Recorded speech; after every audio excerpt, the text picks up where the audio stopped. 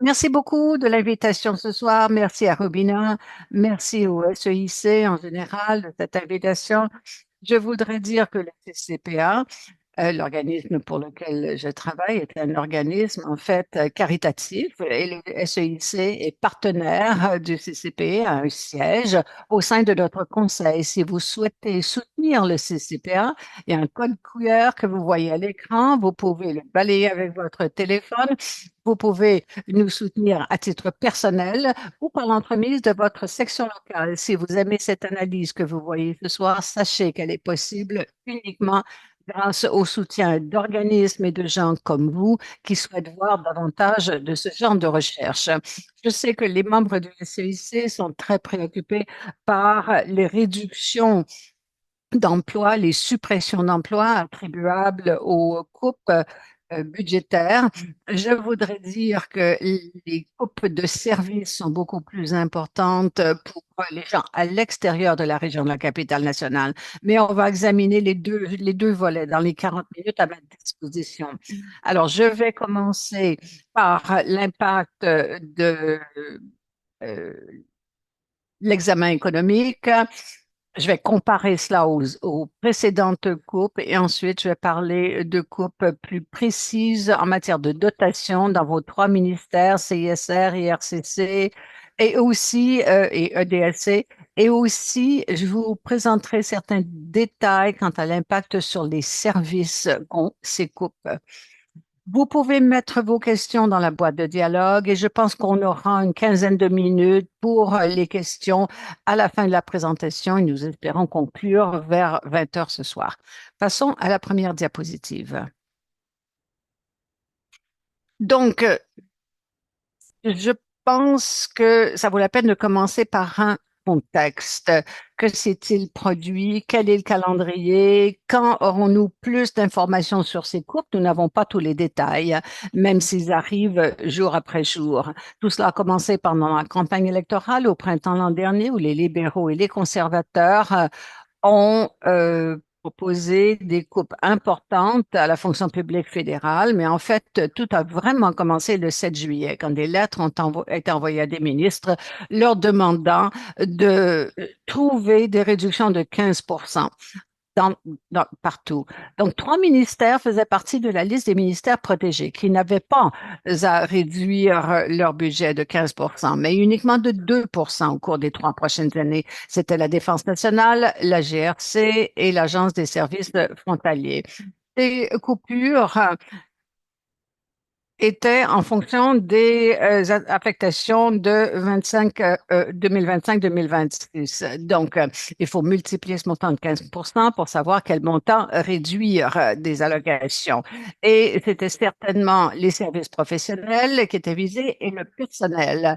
Donc, c'est du personnel comme qui faisait partie de la sous-traitance. L'autre aspect qui était inclus, qui n'était pas attendu, c'était les transferts. Les transferts étaient inclus avec quelques exceptions. Les transferts en général étaient inclus dans ces réductions. Et celles-ci n'incluent pas les transferts aux individus, par exemple, les prestations canadiennes pour les enfants, les transferts aux provinces, pour les services de santé et sociaux. Mais dans ces transferts, le restant des transferts était absolument inclus. Et donc, ceux-là comprennent une partie importante de ces compressions, à l'exception de certains aspects. Alors, ces compressions plus larges, on devrait voir la fin, non pas juste comme une compression budgétaire, mais plutôt comme des compromis. Et tous les ministères qui sont affectés vont financer la défense nationale, donc c'est 15 milliards de dollars des deux côtés. Donc, on va voir une réduction de 15 milliards de dollars sur les 2 années. Euh, et donc, on voit une augmentation également des dépenses de la défense nationale de l'ordre de 16 milliards de dollars. Donc, c'est presque des compressions dollar pour dollar sur la même période et ce n'est pas censé payer pour la réduction du déficit ou pour les réductions fiscales, mais plutôt pour l'élargissement des services de la défense nationale et grossir son budget au cours des 4 ou 5 années. Alors, certaines de ces compressions que vous voyez dans les ministères où vous travaillez ou à travers le secteur public, qui vont être déplacés vers la défense nationale, cela a créé des emplois à la défense nationale. Je suis certain que vous avez remarqué que pendant que vous subissiez les compressions, la défense nationale recrutait. Je ne pense pas qu'ils vont recruter proche du nombre d'emplois qui ont été perdus. Nous n'avons pas encore des statistiques pour l'instant concernant le nombre de recrutements possibles à la défense nationale. Et on parle là du côté de la défense, des forces armées actives. Et on ignore combien ce chiffre, c'est un nouveau recrutement. Et je suis certain qu'on a vu quelques mouvements de ce côté-là, mais cela ne contrecarrera pas les suppressions de postes qu'on a vues jusque-là. Je dois mentionner que ceci ne s'applique pas uniquement à tous les ministères, mais également aux sociétés de la couronne qui verront également la même exigence de compression de l'ordre de 15% de leur budget. En fait, il y a également d'autres organes ministériels dont le rôle est de transférer des budgets d'un endroit à l'autre. Un aspect important, alors qu'on passe à la liste actualisée, quand on inclut des petits bureaux comme la vérificatrice générale ainsi que le bureau du directeur parlementaire du budget vers l'automne. On passe également au budget 2025 où on va voir un élargissement au niveau des ministères et départements protégés. Donc, on va au-delà de la défense nationale, la GRC et les services frontaliers. On songe là aux conseils subventionnés comme le CRSH et l'IRSC. On songe également aux services aux autochtones ainsi que les femmes et l'égalité des genres au Canada. Maintenant, ces conseils subventionnaires sont des agences de transfert ou des ministères de transfert de fonds. Une bonne partie de leur budget n'est pas dépensée sur leur personnel, mais pour transférer ces dollars-là à un autre palier gouvernemental pour s'en servir. Donc, leur rôle consiste à soutenir les petites et moyennes entreprises et d'autres secteurs. Au niveau des services aux autochtones, c'est pour appuyer les gouvernements autochtones pour des aspects tels que l'éducation et les soins de santé. Alors, toutes ces compressions que nous voyons dans le cadre du budget 2025, en fait, ceux-ci viennent en plus des compressions que la plupart des ministères, notamment l'IRCC et l'ARC, avaient déjà entrepris en 2025. Donc, ces compressions ont eu lieu en début de 2025, donc dans le cadre du, de la redirection des dépenses du gouvernement, notamment dans les années du gouvernement Trudeau. Au début de l'année 2025, on a vu des compressions et donc celles-ci viennent en plus de ces compressions-là. Donc, c'est des compressions en plus de compressions, en plus de compressions. Si vous suivez cette actualité, vous vous rendrez compte. Nous avons vu dans le budget 2025 qui a été publié en novembre et dans ce budget, en fait, j'étais surpris par le degré de détail qu'on a vu parce qu'on n'avait pas vu un tel niveau de détail avec les coupes sous l'ère Hopper dans les années 2010. Et on a eu des mises à jour du côté du personnel car il y a un site qui révèle les conséquences sur le personnel à travers certains ministères. Ce n'est pas tous les ministères, mais on va vous présenter les détails dans les diapositives à venir.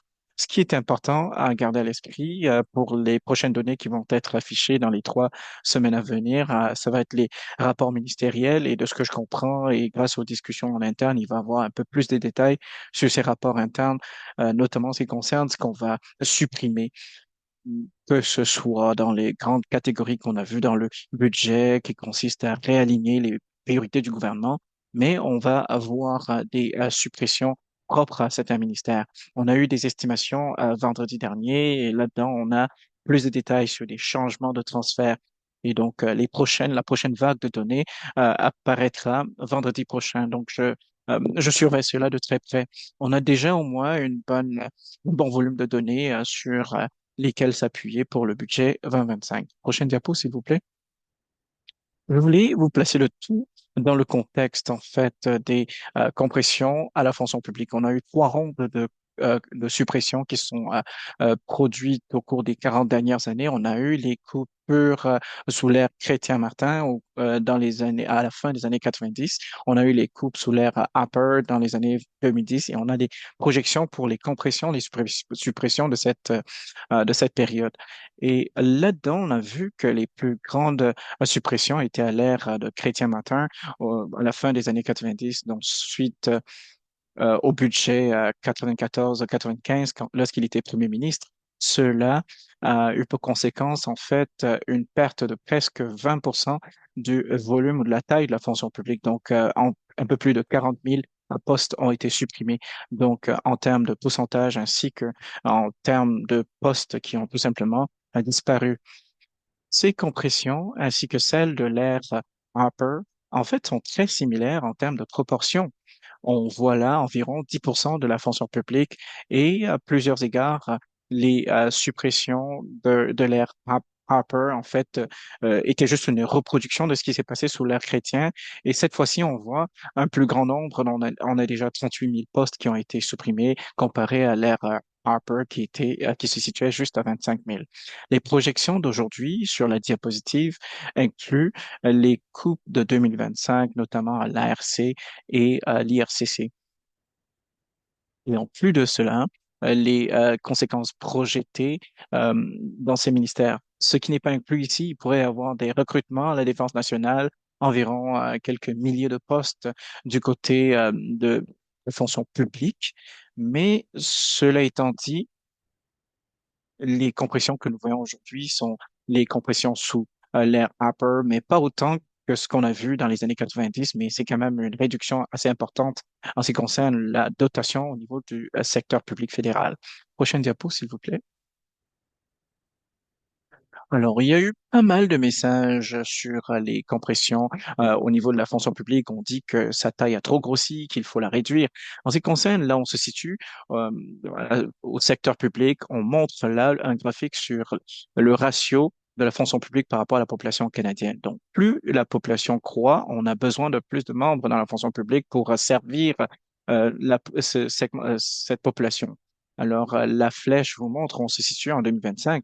Et quand on regarde, c'est la proportion par rapport à la population est un peu plus élevée par rapport aux années 2010 ou au début des années 2000, mais c'est plus faible que ce qu'on a vu avant les compressions de l'ère Martin euh, à la fin des années 90. Donc, c'est peut-être plus faible que ce qu'on aurait pu voir dans les années 70 et 80. Les suppressions que nous voyons aujourd'hui placent le secteur public proche de l'endroit où il se situait à l'ère des coupes sous Harper. Et donc, dans le court terme, en fait, la proportion de la fonction publique par rapport à la population est plus élevée, mais cela ne se décale pas tant que ça de la norme historique. Si on passe à la prochaine diapo, l'autre façon d'analyser ces statistiques, en fait, c'est que plus vous avez des programmes au niveau fédéral, vous voulez également avoir un peu plus de fonctionnaires qui sont responsables de l'administration de ces programmes. Au cours des dernières années, on a vu un élargissement au niveau du nombre et de la portée des programmes fédéraux. On a, par exemple, un nouveau régime de soins dentaires, on a un nouveau régime national de soins de frais de garde pour les enfants qui subventionne les frais de service de garde. Et on a également d'autres programmes. Donc, c'est de nouveaux programmes. Ce n'est pas comme si on a supprimé un programme pour le remplacer avec celui-là. C'est de programmes à part entier. Et comme les autres programmes, on a besoin de les concevoir, on a besoin de continuer à les vérifier, on a besoin de les adapter, les modifier, les vérifier, les évaluer. Donc, ce travail ne peut pas se faire si vous ne recrutez pas les gens pour accomplir ce travail. Quand on regarde l'efficacité de la fonction publique, elle se juge à sa capacité d'évaluer la moyenne des dépenses des programmes par employé. Donc, il s'agit là du budget qui est dépensé ou géré par les employés du secteur public et dans des termes ajustés à l'inflation. Et vous pouvez voir sur le graphique que les travailleurs et travailleuses du secteur public sont devenus un peu plus efficaces à gérer les fonds du fédéral aujourd'hui comparativement aux euh, à partir du million de dollars par personne comparativement aux années 80 où on était rendu à 700 000 dollars, par exemple. Ça ne veut pas dire que chacun d'entre vous a un budget d'un million que vous pouvez dépenser à votre guise. Non, cela signifie que vous êtes probablement en train de gérer des programmes qui valent ce montant-là, qui se rapprochent de ce montant-là, que ce soit au niveau du gouvernement ou de ses agences, et que vous administrez ces programmes qui vous allouent ce budget. Nous pouvons voir, par exemple, pendant la pandémie, que les travailleurs du fédéral géraient environ 8 millions de dollars chacun Cela nous ramène à environ 1 million de dollars par travailleur ou travailleuse, ce qui est similaire à ce que vous avez vu en amont de la pandémie. Et c'est bien plus élevé que ce qu'on avait vu dans les années 90. Bien sûr, ces données, comme vous le constaterez, remontent à 2024 et en 2025, avec la compression, la suppression des postes que vous avez vus, probablement les employés du secteur public sont devenus plus efficaces parce qu'il y a désormais 10 000 employés de moins et ceux qui sont là ont un budget plus élevé à gérer par tête ou par personne. C'est une manière quand même intéressante de vérifier et de contrôler l'efficacité des employés quand on veut vérifier pour voir si on a suffisamment d'employés au niveau fédéral pour gérer la charge de travail, notamment en ce qui concerne la conception des programmes, la vérification de ceux-ci et leur évaluation. Prochaine diapo. Alors, si je vous invitais à regarder dans un plus grand détail les réductions d'effectifs et par rapport aux détails qu'on a en ce moment concernant les différentes rondes de suppression depuis 2024, on sait déjà quand même dans le détail que si le tout est décomposé ou ventilé par ministère, vous pouvez voir sur le graphique qu'on a vu l'élimination d'environ 11 000 postes entre mars 2024 et mars 2025. Et 7 de ces 11 000 postes étaient supprimés à l'ARC. 2000 étaient à l'IRCC et les collègues à l'IRCC sont conscients de cela. Il y avait un autre 1000 employés qui étaient à la santé publique entre 2024 et 2025 et ça faisait partie du recentrage des dépenses gouvernementales suite aux compressions sous l'ère Trudeau. Et donc, je ne pense pas que ceci reflète la totalité de la perte en termes de dotation entre 2024 et 2025. La raison pour cela est que, en fait, cette fin ce qui s'est passé en 2025, les, euh, on n'avait pas encore mis à pied les employés à durée indéterminée, mais les employés temporaires avaient déjà été mis à pied. Ici, on a plus d'employés à durée déterminée qui doivent être inclus dans ces calculs dans ce calcul de 11 000 qu'on voit ici. Je vais rentrer dans plus de détails plus tard. Je pense qu'ici, on sous-estime ce qui s'est passé entre 2024 et 2025. En ce qui concerne les euh, coupures au niveau du SEC, en fait, on voit, ou plutôt les coupures en général, on voit qu'il manque 9 000 suppressions. On sait que cela va se passer. On connaît les ministères où cela va se produire. On n'a juste pas la ventilation par ministère. Si on regarde, en fait, les suppressions CER dont on est EED dont on est au courant aujourd'hui, les plus grandes réductions, c'est au niveau de l'EDSC. On a environ 5 000 postes qui ont été supprimés et à l'EDSC, ils n'ont pas vu de changement entre les postes entre 2024 et 2025, à partir du mois de mars, mais ils commencent à être les plus affectés en termes de postes perdus ou supprimés suite aux données EED qu'on a sous la main. On a environ 1000 postes qui ont été perdus à la santé publique, 1000 au ministère. 1000 aux travaux publics, 1000 à santé, 1000 à Statistique Canada et d'autres à d'autres ministères et le reste, nous les avons par ordre euh, grandissant, croissant, graduel. Et donc, voilà ce que nous avons à partir des EEDR. De ces 9000 où il nous manque encore des détails, les agences doivent encore nous donner leurs statistiques en ce qui concerne les estimations de dotation. Nous ne les avons pas encore. Au niveau du CISR, ils n'ont pas encore donné de rapport et euh, je ne savais pas le détail, mais au niveau de la CISR, ils ne sont pas sur la liste des réductions, ils sont sur la liste protégée pour l'instant, ce qui veut dire une réduction de 2% et non pas 15%. On n'a pas de détails sur les compressions pour l'instant et c'est une situation qui évolue et peut-être dans certaines situations, on a plus de détails. Pour certains ministères, on en a, et pour d'autres, un peu moins. Mais ces détails sont actualisés presque au quotidien. Cela ne nous dit pas quand est-ce que les mises à pied vont se produire. Il y a un délai de 3 ans pour ces compressions et c'est à peu près pondéré de manière plus importante dans la première et la deuxième année. Et donc, je pense que l'idée est de passer à travers cela le plus rapidement possible, c'est l'impression, mais cela ne nous dit pas on a 17 000 ici, on connaît le détail, on ne sait pas quand ça va se produire, on sait que ça va se produire et on ne sait pas quand est-ce qu'il planifie de le faire. Je voudrais dire que pour ceux qui vivent à Ottawa, le marché du travail subit déjà l'impact des 11 000 emplois perdus en 2024-2025.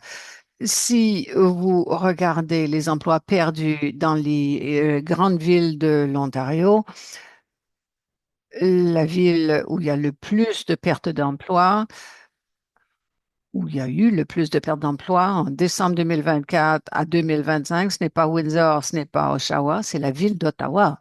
La ville d'Ottawa, en fait, a perdu 30 000 emplois en 2025, donc de loin la pire en Ontario, de très loin.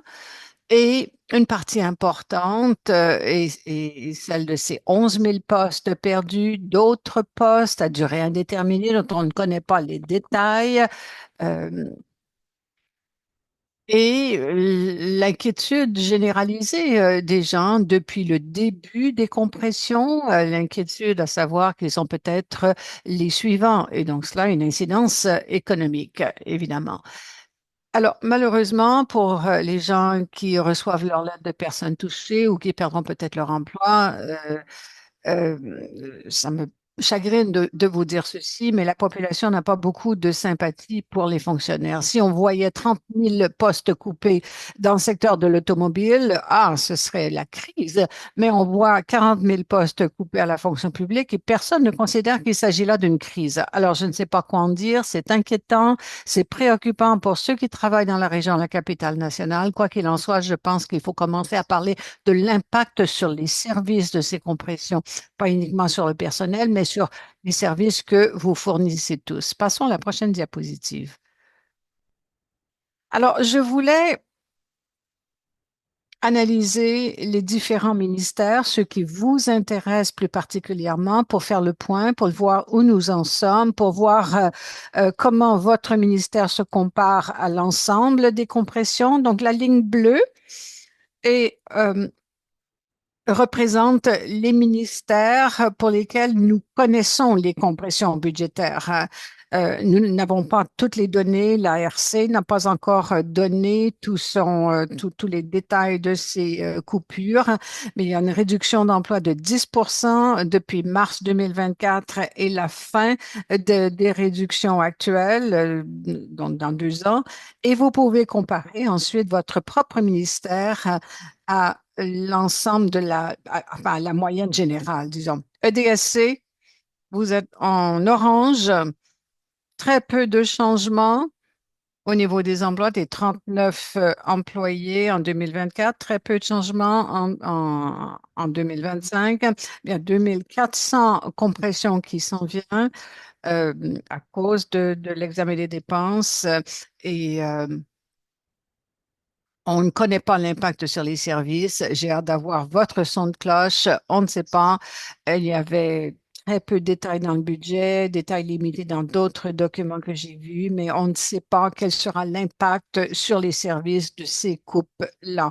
Nous les comprendrons dans 3 semaines sans doute lorsque le plan ministériel de DSC sera publié, mais pour l'instant, nous ne savons pas ce que représente cette grande réduction de 5 000 emplois au niveau des services. IRCC,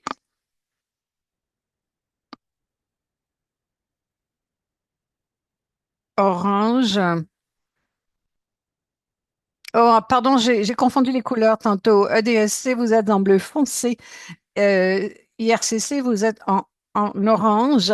Alors, comme vous le savez, à IRCC, le grand impact n'est pas attribuable aux compressions dans le cadre de l'ED.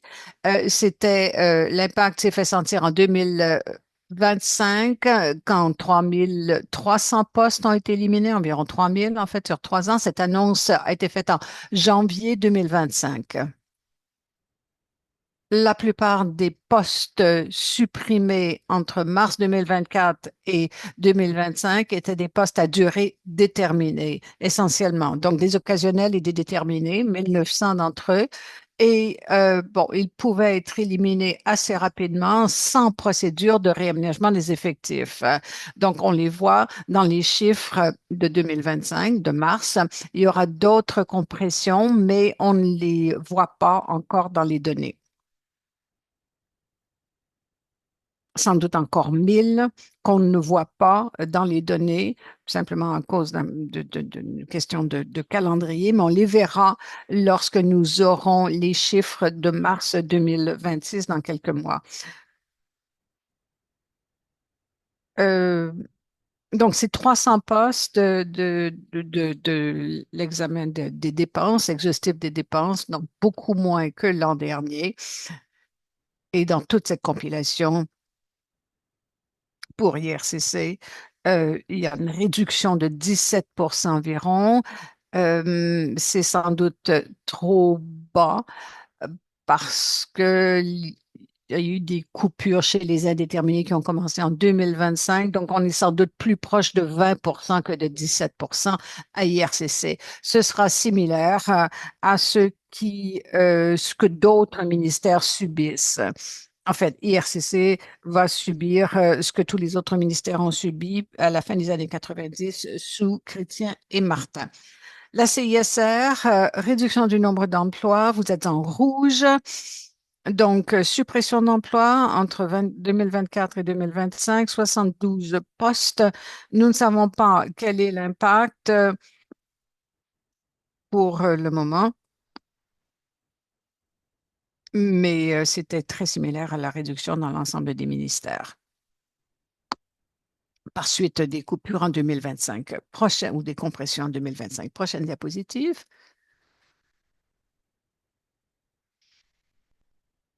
Alors, nous avons une bonne idée de la répartition de ces réductions d'effectifs. On ne connaît pas, on ne sait pas où se trouvent toutes les réductions. Euh, Il y en a 17 000, il en reste 9 000 qui doivent encore être signalés, mais voici ce que nous avons. Donc, pour l'ensemble des ministères qui ont signalé des réductions d'effectifs, 4% sont des cadres. Donc, vous pourrez comparer cela avec votre ministère. 53% de ces réductions passeront par le réaménagement des effectifs, mais l'autre 50% pas pour différentes raisons. Ils éliminent peut-être des postes vacants, il y a peut-être des démissions, des départs à la retraite dans ces prévisions, et il y aura aussi des postes qui ne sont pas admissibles au réaménagement des effectifs, les occasionnels, les déterminés, les étudiants d'été. Donc, ces postes sont éliminés, mais ces personnes n'ont pas accès au réaménagement des effectifs. Donc, pour 50% des emplois, enfin, 50% vont entraîner une application du réaménagement des effectifs uniquement.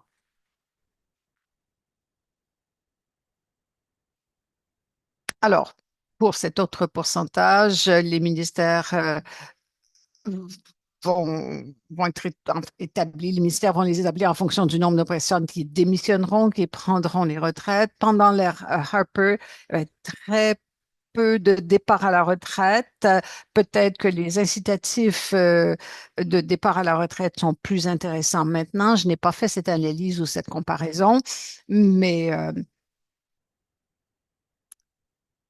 je ne sais pas si cette répartition de 50% RDE et 50% qui n'est pas touché par le RDE est vraiment reflète vraiment la réalité. On le saura bientôt. Donc, mais il y a plus de gens qui partent que il y a eu 23 000 lettres de personnes touchées qui ont été envoyées, donc qui sont couverts par le réaménagement des effectifs. En réalité, ils envoient sans doute 2 avis pour chaque poste qu'ils ont l'intention d'éliminer. Et donc, ils envoient plus de lettres qu'il ne le faut. Si vous avez reçu une lettre de personne touchée, vous ne serez pas nécessairement mis en disponibilité. Bon, ça ne console pas, mais ça va peut-être aider un peu. La CISR, on n'a pas plus de détails. Désolé, mais ils n'ont pas été publiés. Pour EDSC, ce qui est intéressant en particulier, pardon, pour IRCC, ce sont les coupures de l'examen des dépenses, 300 et quelques. Les grandes coupures ont eu lieu l'an dernier. EDSC, votre réduction des cadres est 50% moins élevé que dans les autres ministères. Ce qui est révélateur aussi, c'est qu'il y a très peu de ces postes qui sont visés par le RDE, ce qui signifie sans doute qu'ils vont surtout vouloir éliminer les postes occasionnels et les postes à durée déterminée que les indéterminés. Voilà pourquoi les chiffres sont très bas. Et les lettres de personnes touchées, le pourcentage est très faible aussi parce que ces postes à durée déterminée n'ont pas recours au RDE. Donc, pas besoin d'envoyer de lettres à ces gens-là et les mettre en disponibilité. C'est ce que révèlent ces chiffres de DSC, je pense. Prochaine diapositive. Donc, voici la proportion de la population EDSC en 2025. 20% des postes sont des postes de période déterminée. C'est 2 fois plus élevé que dans l'ensemble de la fonction publique. Donc, les compressions vont se faire de ce côté chez les employés à durée déterminée. Cela ne protège pas les employés à durée indéterminée, mais l'impact se fera sentir plutôt chez les déterminés. On n'a pas beaucoup de détails chez EDSC au niveau de l'impact sur les services. On a beaucoup de détails pour ERCC, mais très peu pour EDSC au niveau de l'impact sur les services. Nous en aurons plus dans les prochaines semaines. Passons à la prochaine diapositive. Donc, je surveille ces annonces de très, très près. Et il y a quelques semaines, je surveillais le rapport du bureau du directeur parlementaire du budget qui a examiné un de ces programmes sur la santé. Et je pensais qu'il y aurait des statistiques sur les compressions attribuables à l'examen des dépenses. Et non. Et en fait, j'ai vérifié et pourtant, ils avaient inclus les compressions attribuables à l'EED. Et donc, j'ai rédigé un article que j'ai envoyé au Citizen et ça a été repris en première page. Donc voilà. Passons à la prochaine diapositive. C'était sur les soins de santé pour les demandeurs d'asile. Prochaine diapo. Donc, alors, ce qu'on constate, c'est juste en dessous de la moitié des compressions dans le cadre de l'EED n'ont rien à voir avec le personnel. C'est simplement une compression pour éviter de donner des soins de santé aux demandeurs d'asile. Donc, en les forçant à payer 3%, notamment de certains actes, les soins dentaires, les ordonnances. Le ministère pense que les demandeurs d'asile vont payer 1/4 de milliard par année. Ce sont des gens qui sont arrivés au Canada les mains vides, donc ils ne paieront pas ces milliards de dollars. Ils vont se passer des traitements, ils vont se retrouver sans doute dans les services d'urgence. Mais enfin, il ne s'agit pas d'une compression pour améliorer la gestion, etc. C'est une réduction de services. Prochaine diapositive. Alors, je voulais vous présenter, enfin revenir à ces suppression de postes, ces postes qui ont été éliminés très, très rapidement au début de 2025. Ces gens-là avaient été recrutés pour une raison. Ils avaient du travail à faire, notamment en matière de gestion des arriérés. Alors, ce graphe représente les 7 grands programmes d'application. L'objectif d'IRCC est de garder les programmes en dessous d'un seuil d'arriérés de 20%, donc de période à période. Et on voit que avant le début de 2023, aucun des programmes n'était visé, n'atteignait leur cible de gestion de l'arriéré. Donc, ça a commencé à s'améliorer en 2023, 2024, 2025. Plusieurs des programmes commencent à contrôler les arriérés et à les réduire en dessous du seuil de 20%. Et ensuite, on voit malheureusement que ça remonte en 2025 et aucun des services ne respecte ces cibles. Et donc, c'est une des répercussions très tangibles de ces réductions de personnel au début de 2025. Ce sont des réductions de services, des compressions au niveau des services. Ce n'est pas de la magie, ce n'est pas de l'intelligence artificielle, ce sont des réductions de services avec des conséquences bien réelles parce que les dossiers traînent, il n'y a pas de décision, il n'y a pas de décision d'arbitrage, les arriérés sont reportés et présentés dans les cours fédérales pour obtenir des décisions des cours fédérales plutôt que d'être traités normalement dans les ministères. Donc, c'est pas une question d'efficacité, c'est une question de laisser traîner les choses, alors que on voit des preuves du fait qu'un meilleur recrutement permet de réduire l'arriéré. Prochaine diapo. Bon, notre préoccupation en matière de financement de l'IRCC, c'est un programme qui est appelé le programme d'assistance intérimaire pour le logement. Et sous ce programme géré par l'IRCC, il rembourse les villes qui ont des populations assez élevées en matière de demandeurs d'asile qu'ils logent. Il s'agit là des villes qui vont en quelque sorte euh, donner des logements aux demandeurs d'asile qui seraient en situation d'itinérance.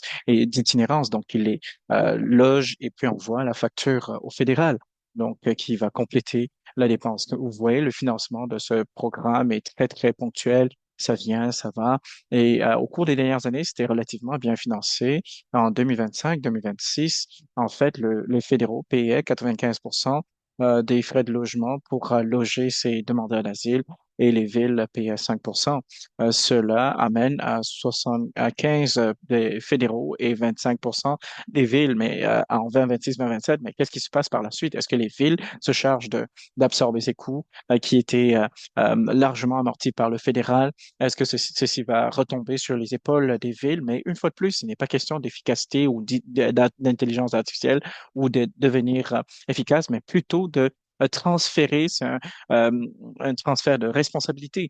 Donc, voilà les réalités de ce qui va se passer au niveau des EED et les économies qu'on va aller chercher. Prochaine diapo.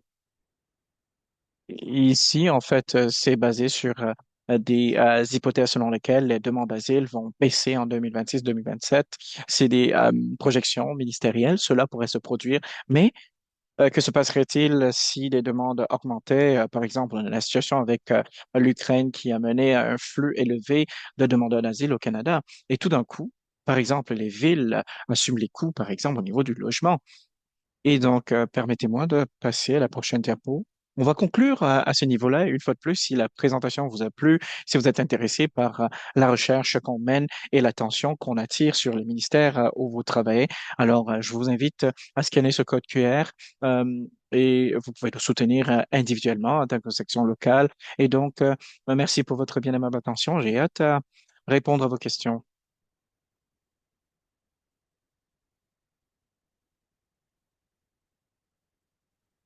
Merci beaucoup, David. Je vais passer le micro à mon collègue Mathéo qui va nous lire les questions dans le clavardage, dans la section questions-réponses.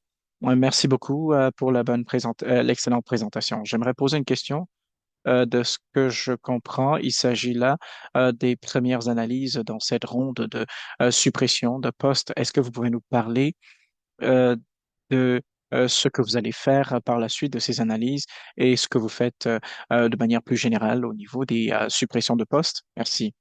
En fait, oui, là, vous voyez une pré-analyse, vous voyez une partie d'une analyse plus large sur laquelle nous travaillons en ce moment, qui va être rendue publique au plus tard cette semaine ou peut-être début de la semaine prochaine. Et c'est celle-là qui va donner une analyse plus approfondie, plus précisément de l'IRCC, la ventilation de ces coûts-là. Et ici, je souligne une partie de ce qui va être révélé dans le cadre de cette analyse plus large. Il s'agit là d'un de nombreux ministère qu'on va analyser dans le détail parce qu'on a le détail sur le contenu véritable de ces compressions et non les catégories vagues qui ont été annoncées dans le budget pour aller chercher des économies. En fait, vous allez perdre les services. Ces gens vont perdre leur couverture en matière de soins de santé. On va perdre au niveau des programmes du gouvernement.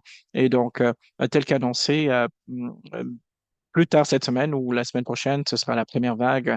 Et une fois que les plans ministériels seront publiés dans la semaine à venir, on va avoir un peu plus de détails encore sur certains ministères clés comme le DSC où on a plutôt une bonne visibilité jusque-là. Merci beaucoup. Une autre question qui a été posée. En fait, si vous devez euh, extrapoler sur la base de cette analyse, quelles sont les leçons qui ont le plus retenu votre attention dans le cadre de cette analyse? En fait, c'est tellement clair dans le cadre de l'IRCC. En fait, il n'est même pas les compressions EED, en fait, ne concernent pas vraiment le personnel qui va avoir comme conséquence la réduction des services et qui va détourner de l'attention du gouvernement qui voulait recentrer ses dépenses. En fait, c'est juste des coupes aux services et c'est des services qui seront mis en œuvre par quelqu'un d'autre en ce qui concerne les soins de santé pour les réfugiés et en termes de loger des demandeurs d'asile sans logement, c'est les villes qui vont assumer les coûts. Donc, c'est les coûts au niveau des services, comme on le connaît. Il n'y a pas de recette magique, ce n'est pas une question d'efficacité, ce n'est même pas une question d'intelligence artificielle, mais juste des coupes ou des réductions au niveau des services. À l'IRCC, on a plus de détails qu'on va publier d'ici la semaine prochaine, mais je pense que c'est dans ce sens que on devrait analyser la chose. C'est une histoire qui concerne une réduction des services pour financer la défense. Ce n'est pas une histoire qui concerne le fait de couper dans le gras ou dans le beurre, mais c'est une question de réduction des services. D'accord, merci. Une autre question de notre public est tournée autour de l'équité et des données sur l'équité également. Alors, c'est adressé à vous et à Rubina si vous voulez intervenir, mais est-ce que vous avez des perspectives sur les données en matière d'équité, parce que vous savez que plus de 70% de nos membres sont composés de femmes et bien entendu, on essaye de bien comprendre à quoi ressemblent ces données, mais est-ce que vous pouvez parler de la perspective équité et diversité? Oui, c'était une véritable préoccupation quand j'ai commencé à examiner ces suppressions à l'été. Les ministères qui ont souvent plus de femmes, on a l'IRCC et l'EDSC en particulier, qui ont une population assez importante de femmes. C'est des ministères qui sont protégés, la Défense nationale, la GRC et l'Agence de services frontaliers ont tendance à avoir moins de femmes. Donc, vous retrouvez avec des conséquences plus importantes d'un genre à l'autre. Et donc, il y a également des données qui sont surveillées de manière routinière au gouvernement fédéral, notamment dans le cadre des statistiques démographiques, et celles-ci comprennent les groupes de personnes racialisées ou des personnes vivant en situation de handicap, et également c'est décomposé par genre de la population. À partir de ces données, on va être en mesure de déterminer à tout le moins les compressions et on aura une idée plus claire lorsque les chiffres vont être publiés en date euh, au mois de mars 2026. On va voir où est-ce que le gouvernement est en train de recentrer ses dépenses et quelles sont les conséquences du point de vue de l'équité. En ce qui concerne les compressions EED, on est un peu trop tôt pour savoir. euh, et donc, on aura quand même une bonne idée très rapidement de ce qui s'est produit au cours des 2 dernières années, notamment en ce qui concerne les conséquences du point de vue de l'équité. Magnifique, merci. Et ici, c'est une question à 2 volets de Jess qui veut savoir, qui a mentionné, et vous l'avez mentionné également, euh, la perception publique que le public a des services publics ou de la fonction publique. Comme vous l'avez mentionné, dans le secteur de l'automobile, cela pourrait vraiment préoccuper la population. Et pourtant, on voit des compressions plus importantes dans la fonction publique, mais la perception n'est pas la même. Alors, si vous pouvez vous prononcer un tout petit peu sur comment déconstruire ce récit-là et le remettre en question parce qu'on fait pas mal de travail déjà à notre niveau euh, pour contrer ce récit. Et une autre partie de la question, l'autre volet, en fait, portait sur le fait qu'on a, vous avez parlé du ratio de la population par rapport aux services publics. Comment est-ce qu'on se compare par rapport à d'autres pays, notamment euh, d'autres pays étrangers? En fait, je n'ai jamais mené d'études comparatives à l'international, mais on doit aussi tenir compte du fait que ça dépend si c'est un État fédéral où on a le secteur public qui travaille pour le gouvernement fédéral, parce qu'ici, on a une répartition au niveau provincial et fédéral. On a donc dépendamment du pays et des systèmes administratifs. Je n'ai jamais mené une telle analyse. En ce qui concerne les pertes d'emplois, ce n'est pas comme si je ne suis pas préoccupé par Ottawa et les pertes d'emplois. Potentiellement, les emplois à prédominance masculin également, c'est préoccupant. Les pertes d'emplois à la fonction publique fédérale, notamment les pertes d'emplois chez les femmes, c'est préoccupant. Mais honnêtement, je ne pense pas qu'on devrait être là à combattre cette perception. C'est une question de service, les questions, en fait, d'offrir ces services-là, les personnes qui sont venues ici, les demandeurs d'asile qui ne peuvent pas voir, en fait, leur dossier traité, tout simplement parce qu'on a mis à pied les personnes qui traitaient leur dossier. Les populations de personnes en situation d'itinérance explosent parce qu'on a arrêté les financements aux villes pour qu'ils puissent leur offrir des logements ou des refuges. Les personnes qui finissent aux urgences parce qu'ils ne peuvent pas s'offrir les soins dentaires pour leurs enfants. Vous savez, la première cause, en fait, des urgences médicales pour les enfants au Canada, c'est les chirurgies dentaires. Et on a monté les coûts et on a rendu cela pas du tout abordable pour les demandeurs d'asile. Donc, je pense qu'on devrait travailler sur ce dossier. Quand on rend la chose plus concrète, les gens vont se dire, mais tiens, attendez un instant, en fait, je ne voudrais pas de ça. Je ne voudrais pas que les urgences soient submergées parce que les gens n'ont pas accès aux soins de santé. Je ne veux pas qu'il y ait une montée en puissance en fait, qu'il y ait une augmentation importante des personnes aux urgences à Toronto parce que les gens ne reçoivent pas de services. Et la ville d'Ottawa est concernée par les conséquences sur l'économie locale d'Ottawa, mais je mettrai l'accent sur les services qui vont disparaître suite à cela. Merci, et cela nous donne la parfaite transition pour la question de David qui posait une question sur comment utiliser, exploiter cette recherche pour euh, combattre et contrer ces compressions et suppressions de postes. Et je pense que vous avez parlé de faire en sorte que les gens comprennent le niveau de réduction de services. Est-ce qu'il y a autre chose que vous pouvez ajouter sur comment utiliser cette recherche pour contrer ces compressions?